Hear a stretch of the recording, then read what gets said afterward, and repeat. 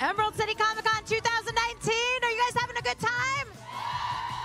Welcome, welcome to the main stage. Any Earpers out there?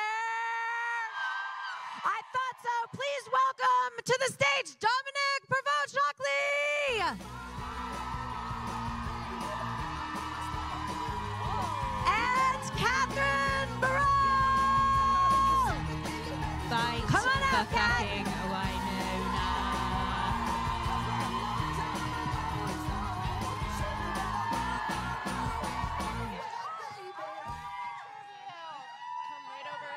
Thank you. Sorry, I'm always sitting in the wrong place. Where? You could sit wherever you like. Stream again.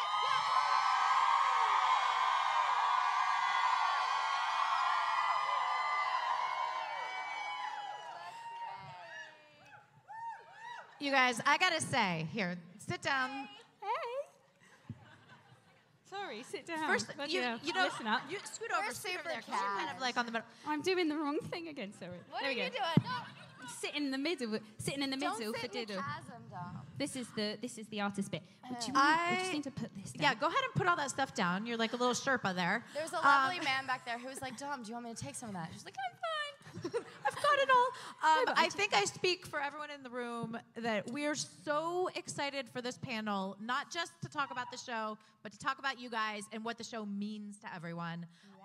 Let's start with the fight for Wynonna. Hashtags, you guys see them. It's all happening on Twitter. There's a billboard in Times Square. What has the fan reaction meant to you guys?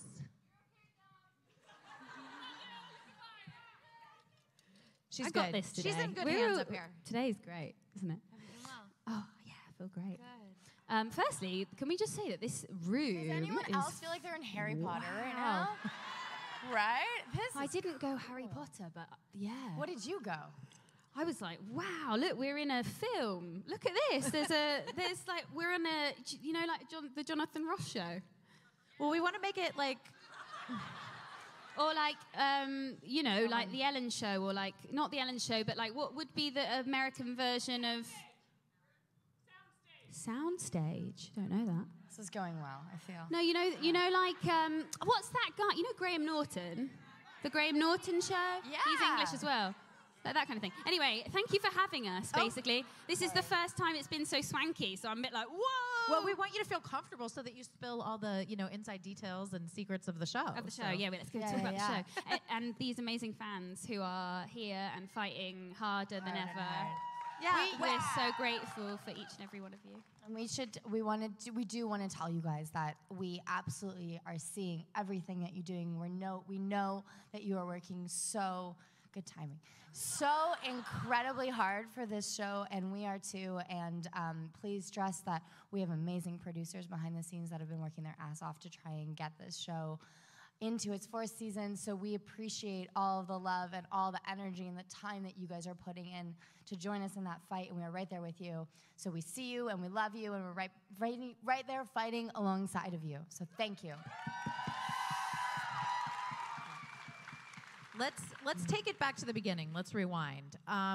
What did you guys know about the show before you read the pilot and went in and met with people about playing these characters?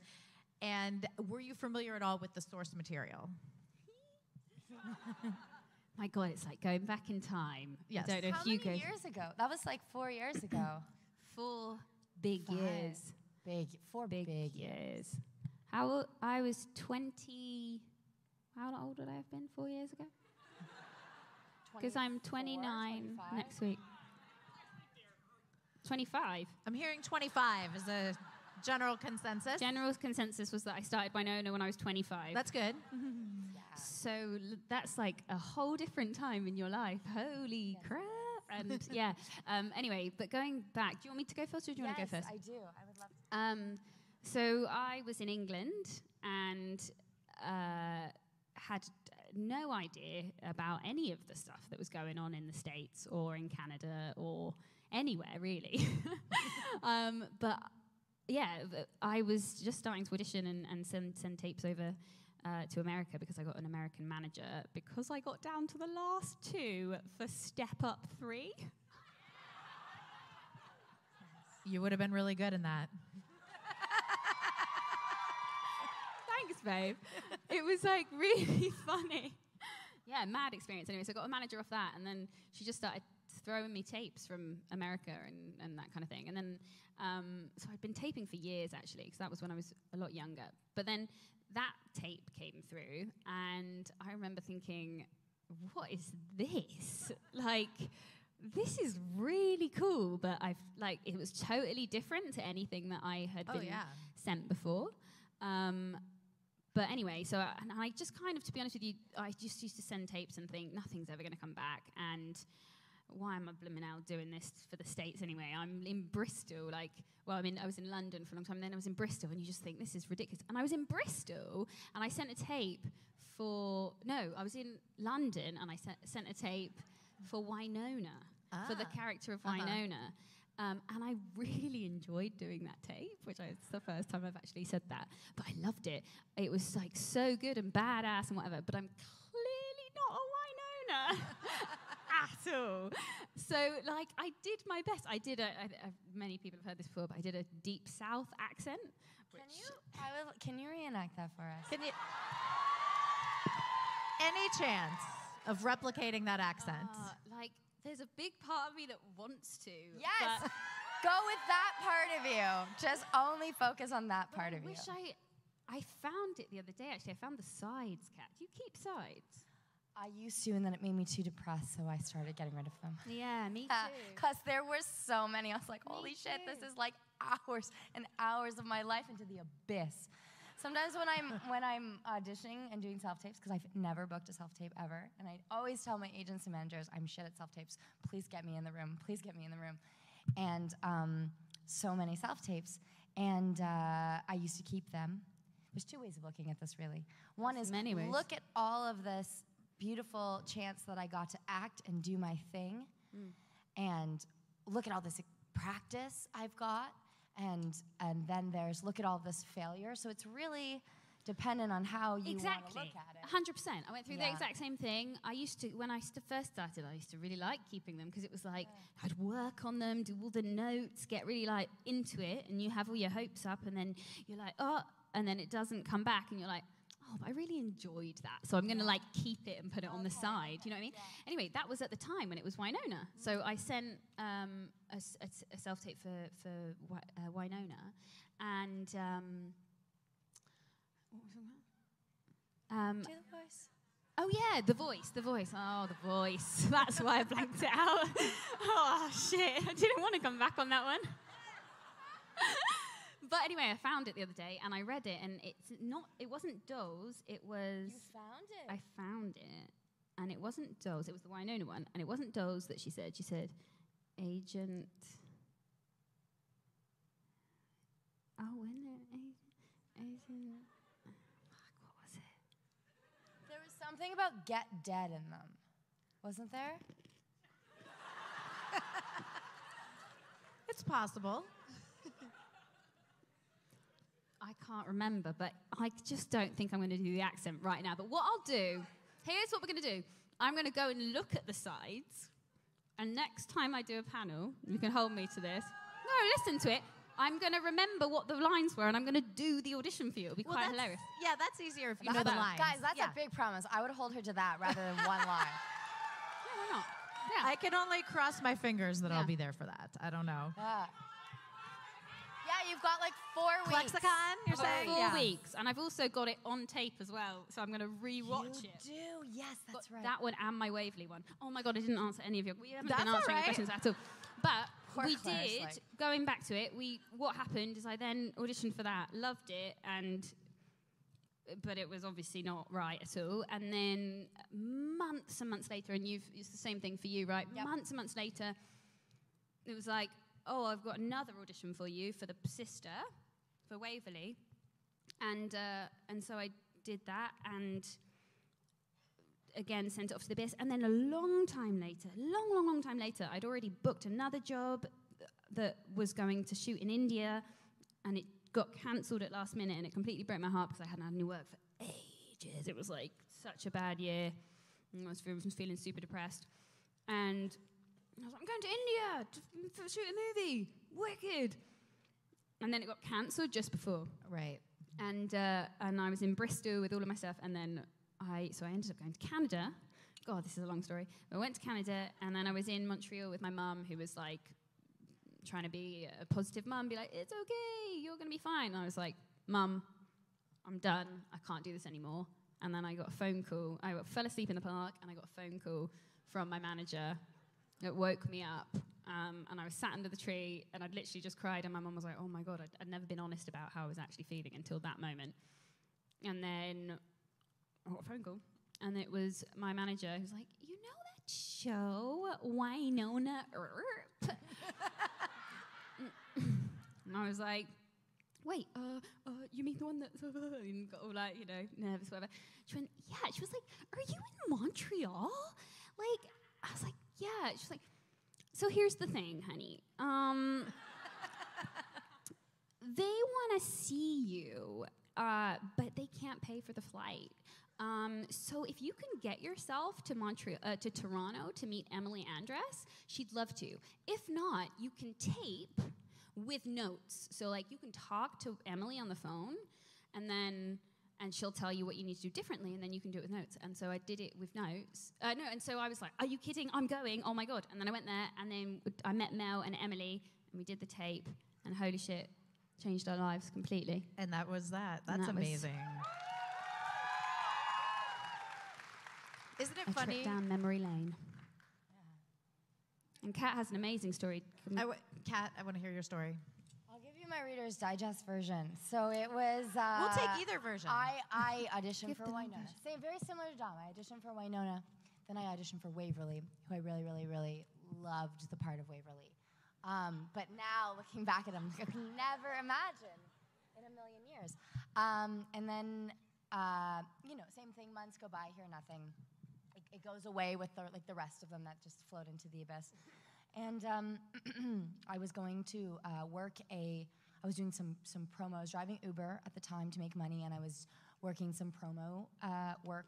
I was doing samples at some sort of convention, food convention or whatever, for a beer company with my ex that evening. One of the jobs that you do as an unemployed actor. And I was just like, this sucks. And, but you do what you got to do. And I had auditioned for Nicole like the day before. Never in a million years thought I was going to get it, because especially at that time in my life, I really hadn't found my base as a woman. And what I mean by that is I hadn't really found my strength very much. And so I never thought I could never see myself in a powerful cop role. Right. And so I just never envisioned myself playing a part like that. I was still very much in what they had told me I was at theater school, which was like the ingenue, like la la la girl. So, and then I was at the gym, which I never go to. And this is why we do things that we don't want to do, because good things happen when we do them. And I was about to go serve my beer with my ex, and my agent called me, and he says, they want to book you on Wynonna. You're going to do 6 episodes, and you have to dye your hair. So the other 2 girls are brunettes, so you're either going red or blonde. Like, I don't care. And he said, you're leaving tomorrow. Oh, did they give you the option for blonde as well? Blonde was the other option. Yeah, red or blonde. Interesting. And yeah. Better so, for and red. I was on a plane the next day, and that was I came in episode 2 of season 1, and then it just kind of kept getting extended. I guess they were watching dailies, and they liked the character of Nicole, and that we had really great chemistry. And yeah. Absolutely. Well, let's talk about that chemistry. I mean, because there was this, when did you guys realize this match was going to, gel and stick? And how did sort of the early evolution of the Way Hot relationship happen? For me, I would say I felt it after the first scene in Edley's office. That first day for me, I remember I was so nervous for that scene. I remember being so nervous, and that was when I went, oh, it's okay. It's going to be okay. Like, this is going to be okay. Yeah, that's how I felt. Really? So what was it that switched for you?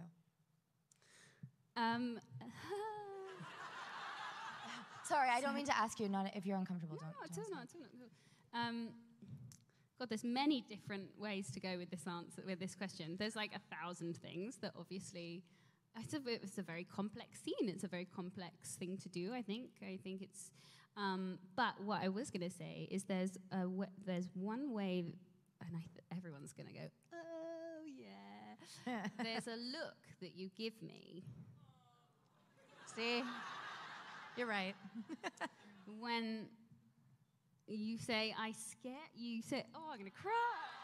Oh, it's on me. I got this. There's lights in the sky. Like, it just reminds you of the stars. We're all good. We're in a good place. No, they, I remember I was like so nervous, and like it was fine because my acting teacher always used to say, if you're nervous and the character's nervous, you're fine, right? So use it, like use that vulnerability, because like if maybe your character might be feeling that, and it was kind of like, oh, that. So I remember just like reading it, and be like, it's gonna be fine because Waverley's nervous, and then there's and I remember I was just speaking so fast.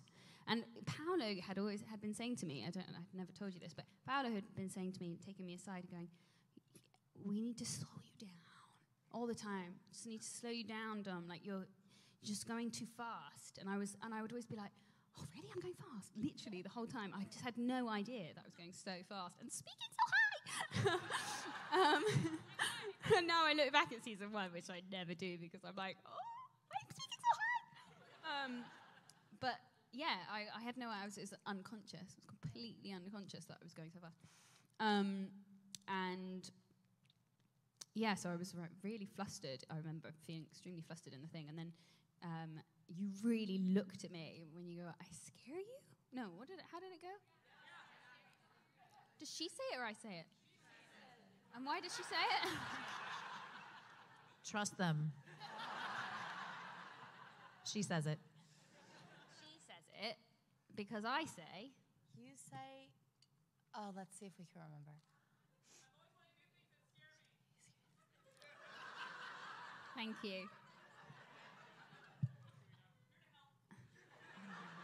We may call on you later.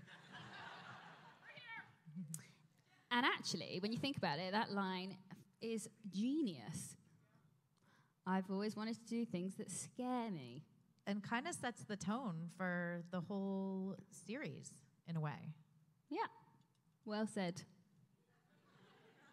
Wow, my mind just got blown a bit there.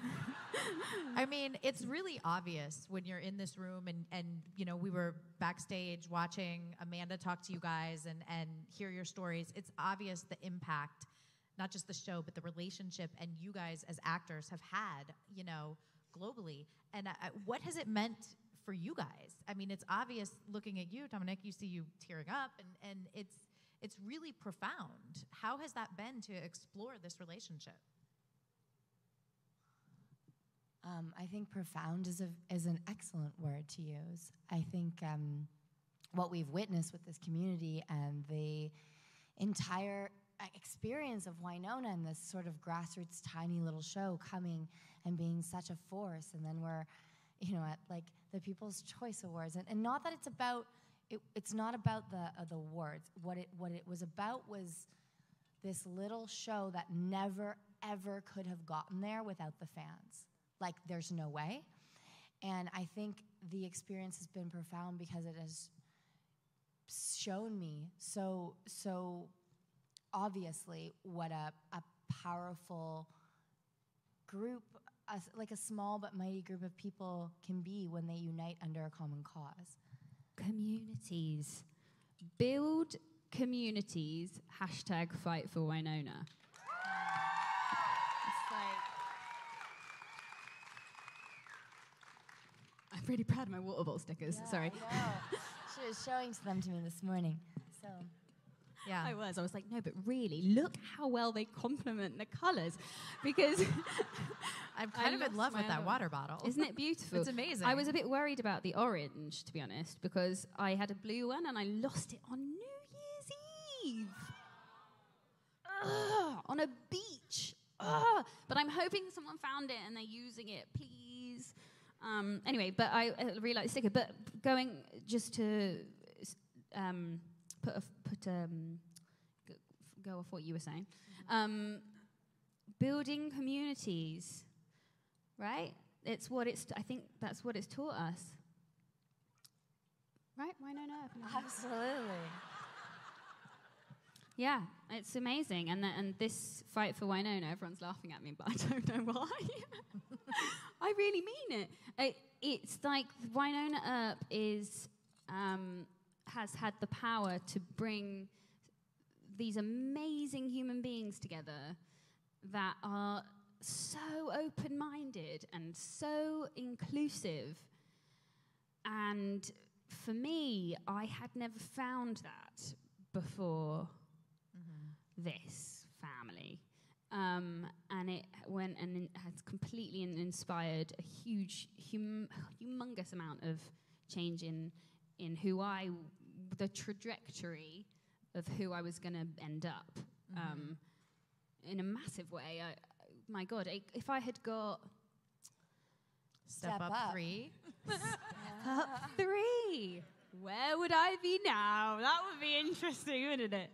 Wow. Yeah, exactly. But that's the thing, and I'm more and more like, I've just come back from 5 months in Brazil where I didn't go to a single... I went to like 3 major cities, but that was it. And I just went to little communities and villages and fishermen's towns. And you start realizing the sense of community and how important that is, and how important it is to find your people and to connect with those people and to support those people and to be there for each other, because we're at a time where so much stuff is going on that is causing so much hate and pain and all of the things that, why on earth would we bring that into our world? Why would we even entertain the idea that that's a good idea, separating each other and judging each other and all of those things? So I would say it's the catalyst to me understanding what community really means and the power of that. Absolutely, and that it doesn't have to be a physical community. It can be a community that exists online, I know, and it can be just as powerful. That's a mad one as well. The online thing. I'm still getting my head around that. Because it's a weird thing when you're in that at the beginning. Right, we've talked about that, but actually now, and I think I was judging it because my father was always about the internet and you kind of go, oh really? And it's like, back in the old days, it's way better. He doesn't speak like that at all. He's really cool actually, and my dad would be he'd be pissed off if he saw this. No, he wouldn't. He'd be like, but it's true. He's a bit negative about the internet, and there are horrors to the internet. And then you see the other side, and you're course. Actually, no, there is a really shitty side, but there's this beautiful side as well. Absolutely, people can connect without being in the same physical space. Yeah, it's amazing, isn't it? Yeah. We're going to take questions because I know you guys want to talk to them. There's 2 mics in the aisles, so you can line up, and we'll get through as many as we can. And while they're kind of lining up, everybody in here loves you guys, loves the show. You guys are holding hands. That's so cute. Doesn't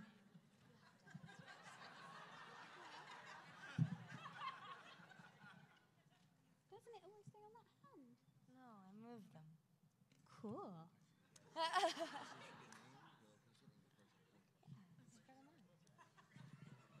you want me to put them both together again? No, I like the fact that you've done that. I just have never noticed that before. I think if you have 2 rings, you should spread them out. We're having a debate. No, it's not a debate. I'm just fascinated because I don't really know much about wedding rings and stuff like that. That you spread them out or you put them together. I thought there was a rule that you had to keep them next to each other. There's no rules. There is no rules. No. Who makes the rules? No one. We make the rules.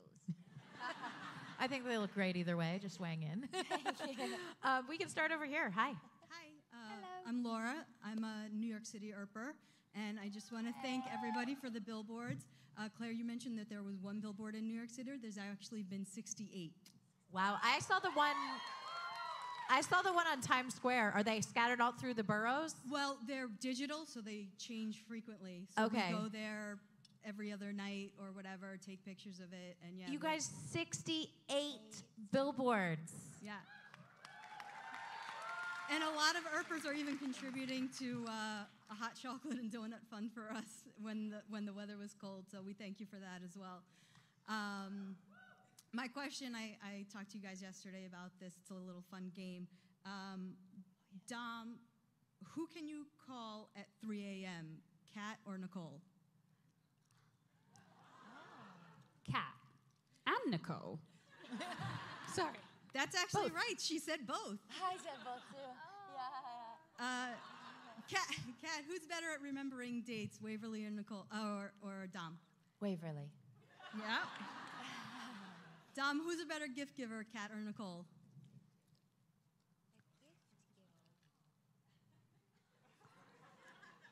There's really no way to say.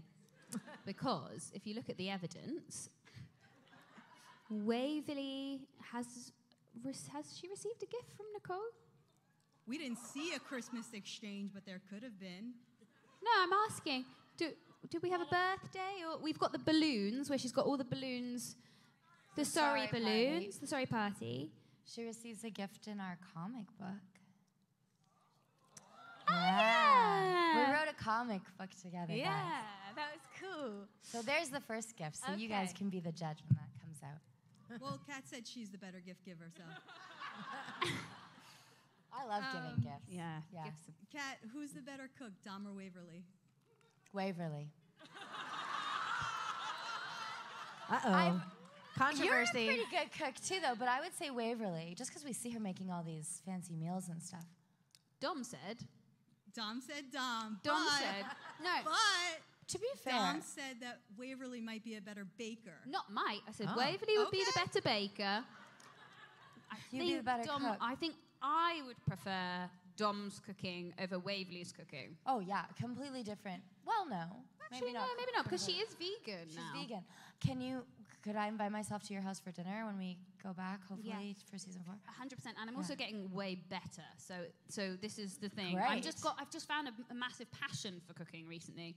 I don't know if anyone else has. Yeah. I have a passion for massive cooking. passion for eating, so this is going to work out beautifully. It's a good match. Yeah, it's a great match. Yeah.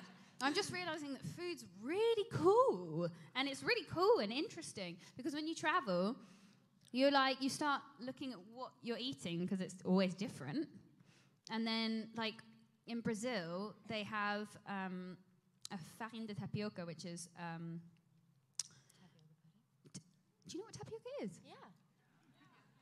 We have tapioca here. Yeah. Here we got it in our lunches. when What we were is little. it? Over here. It's like a rice pudding. Rice, isn't it? Yeah. Okay, so this is flour of tapioca, Okay. which is tapioca is like the root vegetable, right? Mm-hmm. And then they make it into a flour. Yeah. Yeah. And then we had tapioca, which is they put it over the heat, and they put it through a sieve. No, it's really interesting. I'm just looking at Dom's face, and then I rack focus my eyes to Claire's face behind her. And it's beautiful because Claire doesn't quite know us yet. So I'm just picturing like a YouTube channel for you. Like a cooking with Dom, and right? Okay. And I'm also like, Interesting. is tapioca good? I don't know. Well, anyway, you put it on the thing and you go over the heat and it goes like that and it all just naturally sticks together. You don't have to put any oil or anything. It just sticks together. And then you put whatever you want in it and you fold it over and it is healthy and delicious and they have it for breakfast and it's so much better than bread for you. It's a root vegetable, and it's delicious and extremely nutritious. And I brought 2 kilos of it back. So that I could make my mum's tapioca. But cooking's great, and I do think that that at the moment, my cooking might be better than Waverly's. because There I you think go. Waverly's got a lot of other stuff Thank to think you. about. Thank you so much. Great little and questions. Dom, were you talking about James Corden before? Huh? James Corden? Yeah, what about him? Were you talking about him, the late night show? No, but that's a good one. But he's also British. I was trying to find the American version so that she would understand? Jimmy Kimmel. Thank you, Jimmy Kimmel. There you go. That's what I feel like. Do you know what I mean? We're on like a stage. Yes. No, I understand. You understand? Yeah. Hi. Hi, Hi, I'm Stephanie. Stephanie, and I'm a Calgary Earper. My question's like just a little fun, weird thing. Sorry if you don't understand this, Dom, because I know you've been like out of everything. But if you were on a show like The Masked Singer, what kind of mask would you use? Ooh. What was the question? So If you were on the show, like The Masked Singer is a new show where well-known celebrity professional singers sing with a mask, and people have to guess who it is. Wow. I've actually never seen it. Do they get to choose their mask? Is that kind of part of, Yeah. Okay. and they're crazy masks. Like, And then do you find out at the end who it is? Yeah, once they get eliminated. Once they get eliminated. Or they win. so describe a couple of masks. I'm to getting them. really into jungle stuff lately. I have these great earrings and, well, pineapple. I don't know. I think I would like to do some sort of like zebra or some sort of, I don't know, African wildlife animal. Wait, so hang on a minute. So I was picturing you as a wildlife animal on a stage singing. Is that what, am I imagining right that's now? But Exactly the what it masks is. are they're very cool. They're like kind of a whole costume. Almost looks like something you could find cosplay. It's not necessarily like the Lion King up on stage. It's more kind of a futuristic. Yeah, there's more of an artistic interpretation. And then you sing a song, Yeah. and we don't know who it is, and we watch, and then we vote them out. And then you find out when they voted out who it is. Yeah. I need to see this. Great. Okay, thank you. I'll ask you the name later because I've forgotten already. But the answer to the question is, what kind of mask would you wear? Is that the question? Stephanie, I love your question so much. Thank you so much for this question. I think I would wear... so you're going tribal. So you can go anything. So you can be a pig, you can be anything. There was a pineapple. There's a unicorn. I'm less into unicorns at the moment, which is a big shocking thing. But not because of that. I just think I overdid the unicorn thing. I overdid it. But I think I would... a butterfly. Did you say a butterfly? Oh my god. Oh my god, yeah. A butterfly. That's exactly right. I would be a butterfly. That's awesome. Thank you.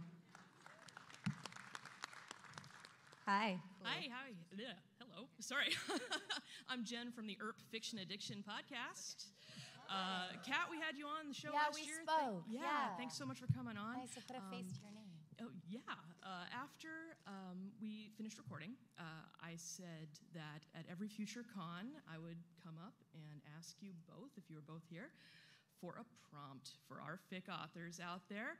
So, Kat and Dom, if you could come up with a fic prompt for our illustrious fan fiction authors. Fic prompt.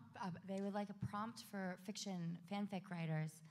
A prompt, like a writing prompt. So, this is a situation. Go write. Yeah. Well, Dom has a cooking channel. Okay.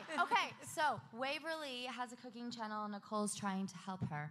And they're in the middle of a recipe, a vegan recipe, experimenting with a new mysterious fruit from Brazil. And Waverly... Goiaba. It has to be goiaba because it's so good. Goiaba. And Waverly goes to put the goiaba in a pot of boiling water, and it hits the water, and go.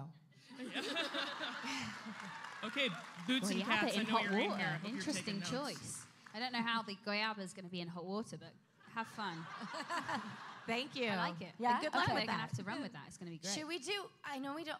I know there's so many of you. I want to make sure we get through some of your questions. We'll try to go a little faster. Hi. Hi, I'm Kalai. I'm from Hawaii. I don't know how you guys handle this weather because I am cold. Yeah. So I've been actually reading Wynonna Earp since 2003, the original comics. Yeah, I have the Legend. first edition that Bo signed for me, so that's nice. But my question was, you guys are writing the comic, right, for the Backlash? So how is it different from writing like a film script to a comic book? And then did you take inspiration from the comics that they have out, or did you talk to Bo or anything about that? That's a good question. Well, we Thank had you. a fun experience. So we divided and conquered, which I think was great. You I are amazing loved at it. writing dialogue. So amazing. Oh my god. She's so good at it. I was like, I sent you a voice I message, know, and and I I was was like, like, holy wow. I am not very good at writing dialogue, so I took more of the But Kat spatial logistics.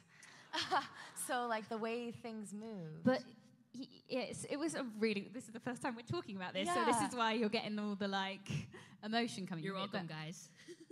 But I was in Brazil when we were writing it, and we just went. It kind of how did it happen? We got speeded along the process, didn't it? And then suddenly it was like, oh no, because we were supposed to be going back to Wynonna, So we were had pushed excited. it to write it in Calgary. Yeah. Was the first thought. I was like, I just think When it would we're be better together. that I'm not traveling out of a backpack whilst I'm writing a comic book. Like, that's probably not a good idea. So, because I wanted to give my whole heart and soul into it. And so we were like, how about we do it when we get to Wynonna at the same time as we film? Is that okay? And IDW were like, yeah, absolutely, right? At the beginning. At the time. At the beginning. And then it kept getting pushed back further and further. And I was like, well, I'm going to just continue my journey because I feel like I need to stay in Brazil. And then it was kind of like, really quick, it was like, you're doing it now. Yeah, they were basically like, we need this next week. Are you guys working on it? And we were like, sorry, what? And I was, so it was kind of mad. And I was in the Amazon, and it was like, how on earth are we going to do this? Did you feel a bit, well, I certainly felt like, how are we going to do this? But Kat was really calm about it. And you were so good. You were just like, don't worry, Dom, it's going to be great. And like, we'll just do the best we can. And it's going to be wicked. And I was like, okay, great. So we started writing it. And then I think, like you say, quite quickly, we realized, okay, well, Kat was the leader. Absolutely, and completely. Like more logistics, I would just No, you say. were the driving force. You got us doing it. Me and Bo were a bit more blah, blah, blah, off doing our own thing. And Kat was like, look, if we're going to do this, this is how it's going to work. It was really, I mean, I'm going to make you re-listen to that message. It's impressive, Kat. She sent us a voice note being like, it was amazing. She's like, so I think the easiest way of doing this is to get a Google document, and so that we can all comment and do our notes whilst we're all in different places, and it was incredible, and it's exactly what we needed, because then next thing you know, it was like, okay, cool, I'm going to go in and write the dialogue. Kat was looking at how to, such an amazing eye for shots and how to make it exciting visually, like zooming in on the thing, and like the way you wrote it, I just like completely saw it in my head and was like, oh, it's a film, wicked, okay. Well, she would probably say that at that point, and then this, and it was just like It was easy. a very good partnership, actually. I thought we worked really well together. Yeah. Oh, I I'm was so like, happy. this is great. Yeah. Our skills complemented, and Bo was so great. So great. And He was real so chill. great to us, and he was so, because he easily could have been like, just write a few things, but I'll really write it. Yeah. And I think he was so insistent on that if they were going to put our names on it, that he wanted it to come from us. Not just like, let's just slap their names on it, because, that would have been maybe the easier way, but he was so patient, and probably took him like 15 times as long to write 8 pages as it would have, but he was so great. good. And it was a hard thing for him as well, I think, because we only got 8 pages. We wrote something so long, which I kind of hope that we get to Me too, eventually yeah. do. Yeah. We were like, oh, we're writing a comic book, wicked. Like, thinking it was going to be much like probably what Tim and Bo do together. But it turned out that for one reason or another, it had to be 8 pages. And so it was like a hard task to be like, you're writing your first comic book, but don't write it that much. Do you know what I mean? Like, you have to be like more picky and like, I don't know how to describe it. You know what I mean? It was like a hard task for him as well. But he just wonderful every step of the way. We had a little WhatsApp group that we would be like, I've gone in and done this. check it out when you can. And then, like, we just kind of conversed through that. And like you say, I think it was the perfect partnership. Yeah. And it was really cool. Yeah. And when is it coming out? Oh, no idea. Okay. Guys, no, we actually, it's part of a compilation. The Kickstarter, May. It's coming out in May. Okay, got it. Thank you Thank so you. much. Thank you Great so much. question. Hi. Hi, my name is Robin, and I'm from Boston. I just wanted to first say thank you to both of you for being so open about talking about your struggles with anxiety. As someone who has anxiety themselves, it's meant a lot to me. My question is for Kat. You had talked before about how you came up with your own backstory for Nicole as you were working on the earlier seasons, and that it was different from what we ended up seeing in season 3. So I was hoping you could talk a little bit about what you had come up with for your backstory for Nicole. That's a great question. The main kind of thing was that I had imagined Nicole to have come from a family that was still very much a family unit and very much supporting her together. I just had imagined that this such strong, solid person had come out of a really big, boisterous, supportive family unit. And what I later discovered is that that was not the case. Which was a really beautiful lesson to me, that someone just as strong and confident in themselves could come from a place where they were not supported and really had to figure out a lot of things on her own. So I think it changed my perception and almost made me just fall in love with her even more, that she could be this like incredible, amazing person, but have not had the support of her family. Especially for what she wanted to do with her life, was to be a cop. So I kind of imagined that she came from a family of cops or detectives or people who worked in that area, and to find out that her parents were kind of these hippie intellectuals who really didn't support that aspect of her, and she had lost the people who really supported her more, which was her aunt and uncle in the fire, just really changed a lot of things for me about who she was. But I love that because I think she's now a beautiful example of that even if the beginning of our life is not as we would have wished it would be different, or we wish we had grown up in different circumstances, that we can still choose to be a wonderful, whole, supportive person. I think she kind of rose from the ashes a little bit, literally and figuratively. So that was kind of the main thing that shifted for me. Thank you. Thank you. Great question. Thank you. Hi. Hi, I'm Greg from Seattle. Thank you both for the amazing performances you guys have given and the choices you've made and everything. I think we all just love you very much, as you can tell. Kat, were you prepared at all coming into this? It's a comic book. It's going to be a sci-fi thing. The fandom, what it's going to be like one day, you're going to be standing in front of hundreds of geeks. Not the people here. The people here are very cool. I mean, at the other conventions, they're geeks. Just what that's going to be like and how that may take over parts of your life? Oh, prepared 100% not, but I will say that if there is an apocalypse, I want to be with the geeks 100%. Because I just like, even these conventions, everything's just so organized and well run, but I was not, no, definitely not. Especially I think being an actor in Canada, you are kind of, you go into it knowing that no one may ever know your name or whatever, and that's okay.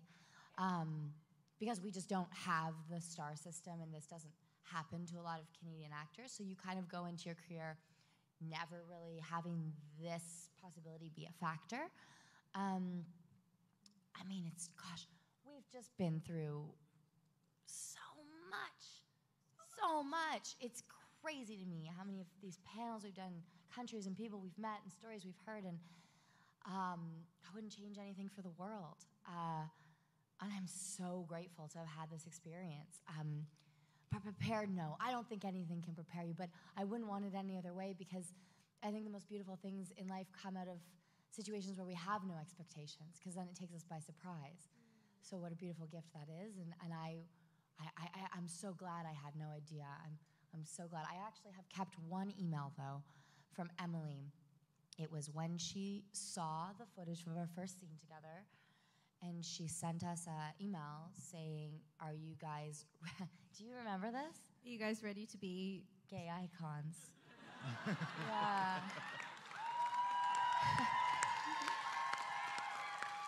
And I was like, okay. I mean, like, no idea what that meant at all. It would be really interesting to go back and see what we responded.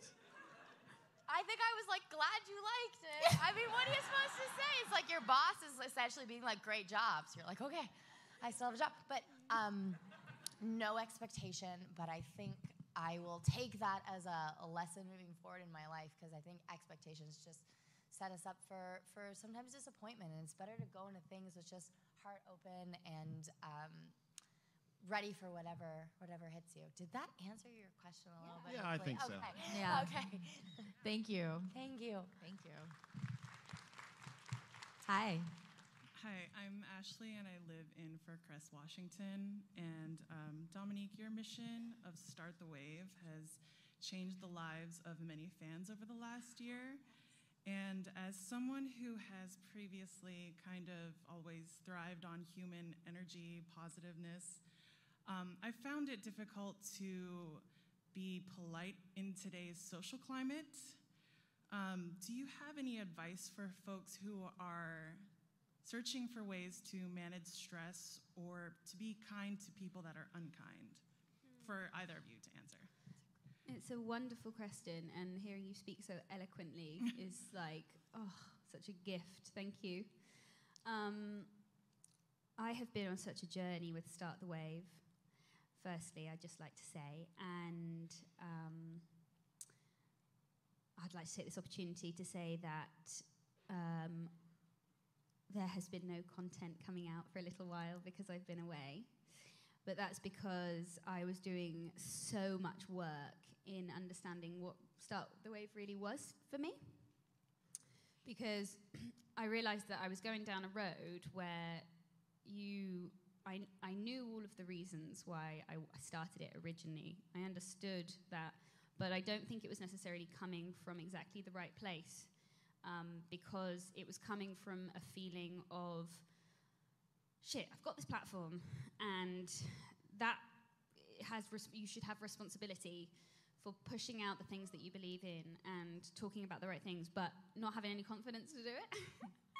And not really knowing if what I was saying had any value or whether it was even right, because I didn't have any confidence with what I was actually ever saying. But doing it anyway, which is quite remarkable, really. You have to be like, okay, well, that shows, like, willing, at least. Yeah. But I went away, and I've really been coming back round to the values of why I want to do it and what I want to go forward with.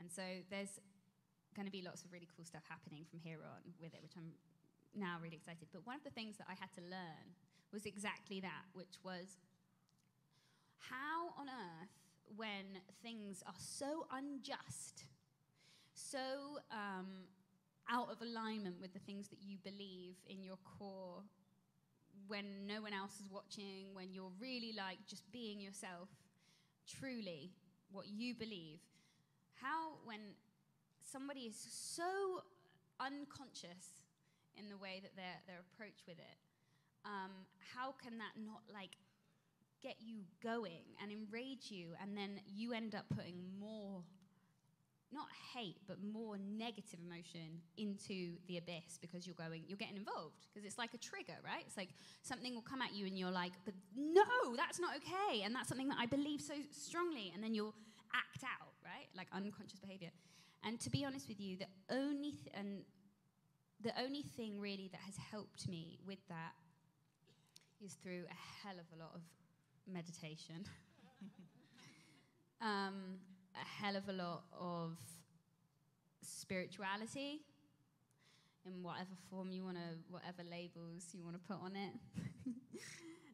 We were talking about that this morning, that's fine.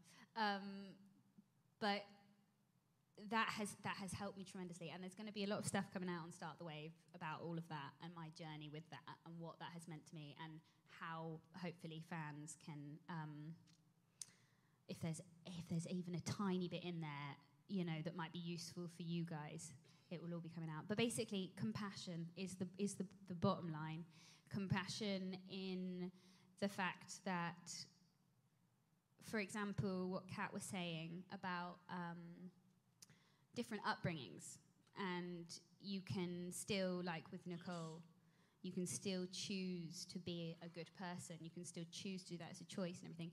Some people have, you can't judge what other people have had as their life.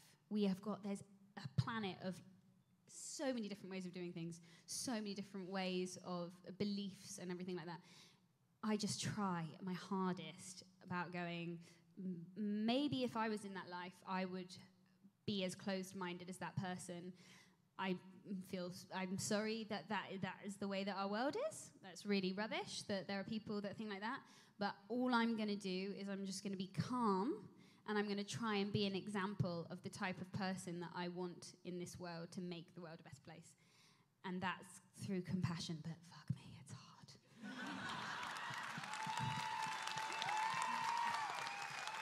So fucking hard. Thank you. Thank you. Hi. Hi, I'm Sarah. I'm from Mill Creek, Washington. And my question is for Kat, but Dom can chime in if she wants.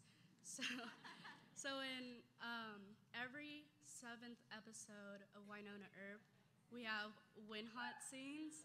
And I was wondering, if you were to write that episode, how would you want it to go? One of my faves, number 7. I just love it because it's like, go play, have a little break. What would they get into? I mean, I love seeing Wynonna and Nicole trying to do their job together. I mean, that's the best, really, is just these two people who are trying to do a very similar thing, come at it from very different ways, kind of like what you were just speaking about a little bit, but in a great, fun way. And how would I write? I mean, just some other. I think what I would like to see. Okay, so one time, I'm a really big fan of Oprah. And one time Oprah, like, somebody asked me, because I notoriously don't have a lot of pop culture. I didn't grow up watching a lot of TV, and I'm not super pop culture savvy, and it's been quite a learning curve for me in this world.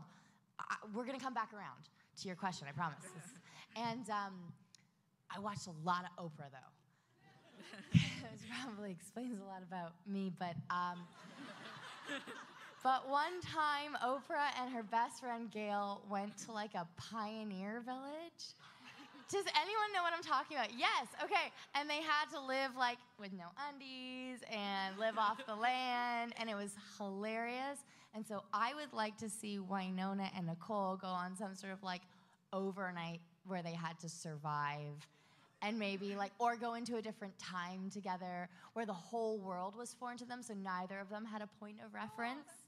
So that would be, I think, really fun, because then it would really put them on like an equal, well, they're on like an equal playing field because they don't know where to start, either of them, and they have no preconceived way of doing things. So I think that would be fun. See, we came back around. Yeah. Definitely. Thank you. Hi. Hi, my name is Jasmine. I'm from Vancouver, Canada. My question is, after 3 seasons, do you kind of go back, and is there a scene that sticks out where you wish that you played that differently? Any scenes acting-wise that you wish you would have maybe had a different interpretation of, or do you? Yeah. Does one specifically come to mind? I mean, I know that feeling. Yeah. For sure.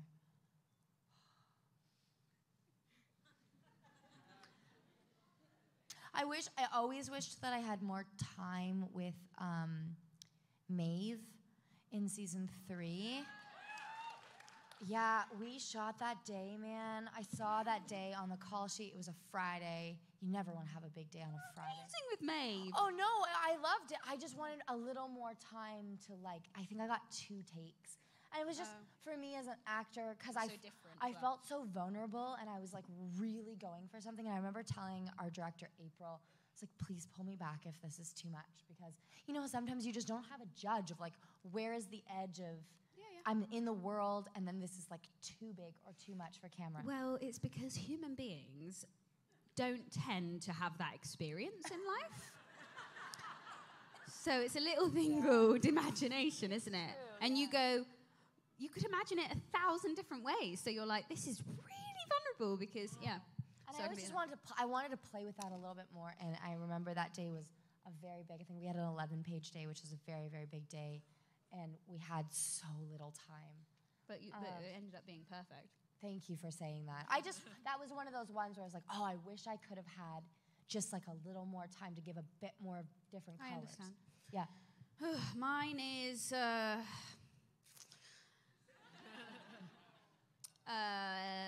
when the scene when my dad dies and Varun comes up to me and says, I can see it on my best friend's face.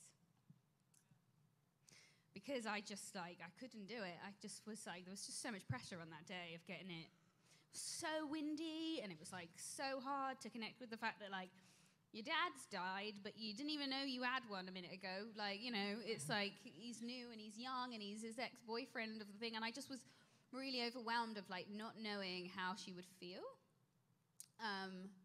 but also thinking that I had to cry and that was something that had to happen.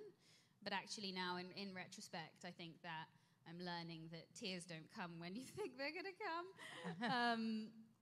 And that actually it would have had a lot more power to just be, like, really confused about the situation but also being sad. This way, it's, you know, it was a sad scene. The thing that was actually sad was not the dad there, I think. It's actually, and when I read the scene originally, I bawled out crying when Jeremy says that, like, bawled out crying. I was like, this is the most amazing scene.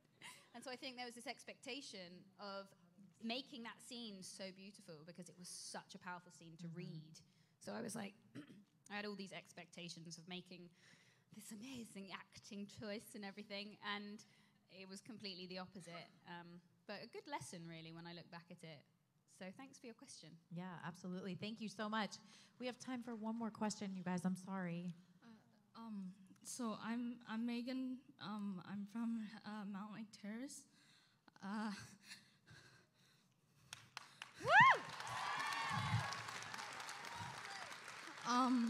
My question is, how does it feel to be role models for, like, little kids that are LGBTQ, like baby gays like me and stuff like that?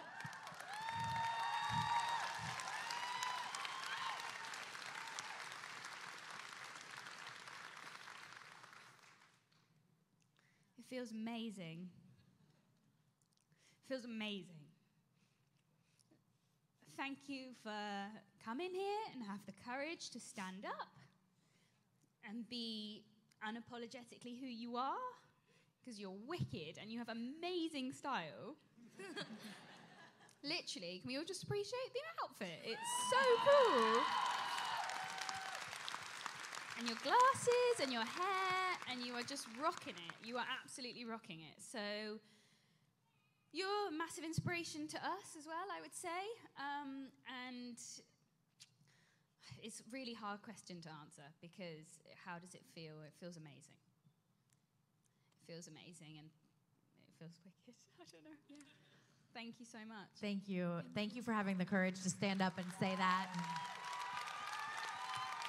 I wish we had longer to talk. You guys are totally amazing. I've loved this hour. Have you guys had a good time?